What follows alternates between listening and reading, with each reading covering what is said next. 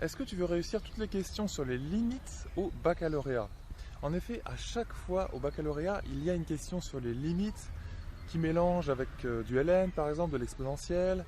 Et tu auras toujours une limite à calculer parce que tout simplement au bac, c'est la tradition, il y a toujours une étude de fonction. Une fonction faisant intervenir, comme je te le disais, soit un ln, soit un exponentiel, soit même parfois, plus rarement peut-être les deux.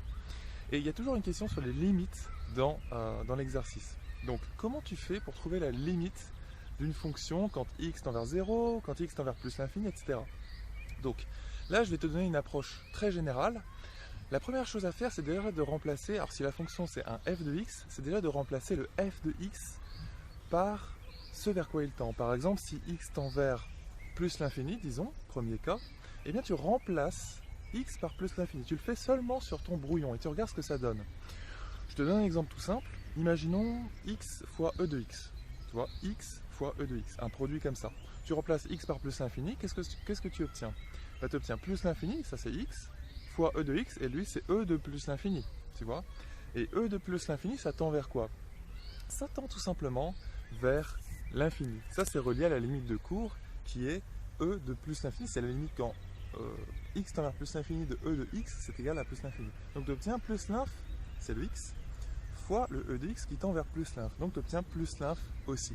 Ça marche, ça c'est la technique du remplacement et bien souvent elle te donnera plein de bons résultats. Elle te donnera le résultat directement.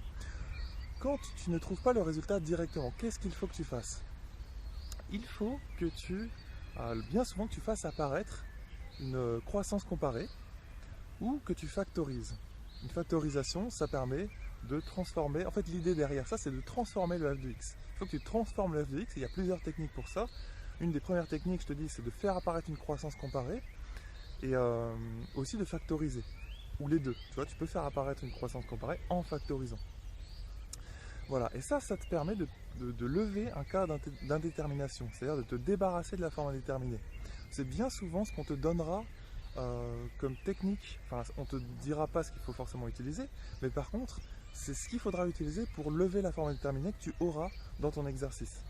Ça marche? Donc, voilà ce que je te conseille de faire. Première chose à faire, tout simplement, tu remplaces le x par ce vers quoi il tend. S'il tend vers 0, tu remplaces le x par 0 et tu regardes ce que ça donne. Et ensuite, si ça ne marche pas, si jamais tu ne trouves pas la limite, eh bien tu essaies de factoriser f de x. Soit le haut, hein, si c'est une fraction, un quotient, eh bien, tu essaies de factoriser le haut, tu essaies de factoriser le bas aussi. Donc si c'est tout seul, par exemple si c'est x tout seul là-haut, il n'y a rien à factoriser. Si c'est x e de x, il n'y a rien non plus à factoriser parce que c'est déjà un produit. Hein, je te rappelle que factoriser, ça consiste à transformer en un produit, en un fois. Donc si c'est déjà un fois, il n'y a rien à factoriser. Peut-être qu'il faut regarder le bas de la fraction du coup et factoriser le bas. D'accord? Donc c'est ces petites techniques-là qu'il faut utiliser pour faire apparaître une croissance comparée. Les croissances comparées, on peut la rappeler super vite. Tu te souviens, tu as x fois ln de x quand x tend vers 0, ça tend vers 0. Tu as aussi ln de x sur x en plus l'infini, ça c'est 0, hein, parce que c'est le x du dessous qui gagne, entre guillemets, même s'il ne faut jamais dire ça sur ta copie. Hein. Tu ne vas pas dire sur ta copie que telle ou telle quantité l'emporte sur une autre. Non, il ne faut pas dire ça, c'est juste pour comprendre le cas. Et dans les exponentielles, les croissances comparées, eh bien, tu as e de x sur x en plus l'infini qui est plus l'infini, parce que c'est l'exponentielle qui l'emporte, entre guillemets.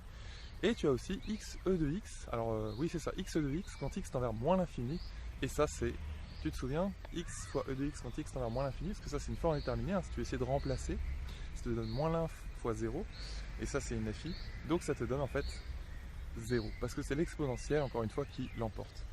Donc voilà les 4 limites, donc je répète, ln de x sur x fois ln de x, ça c'est pour ln, et ensuite pour exponentielle, tu as x de x en moins l'inf, et e de x sur x en plus l'inf.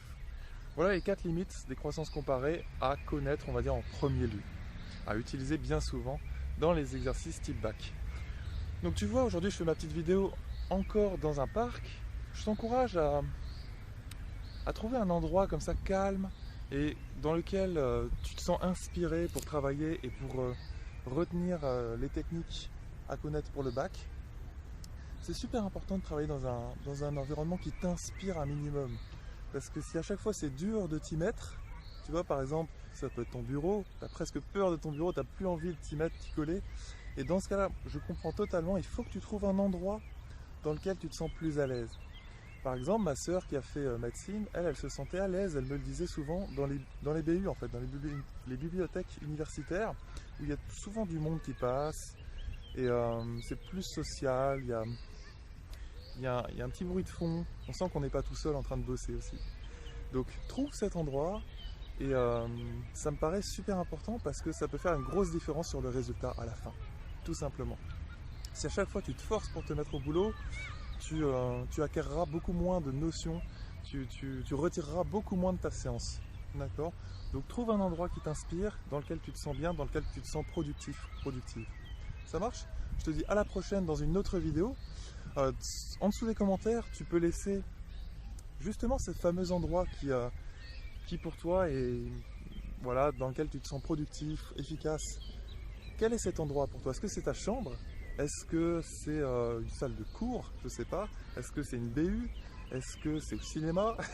Je ne sais pas. Essaie de me dire ça juste dans les commentaires, j'aimerais bien savoir, ça m'intéresse. Allez, je te dis à la prochaine dans une autre vidéo.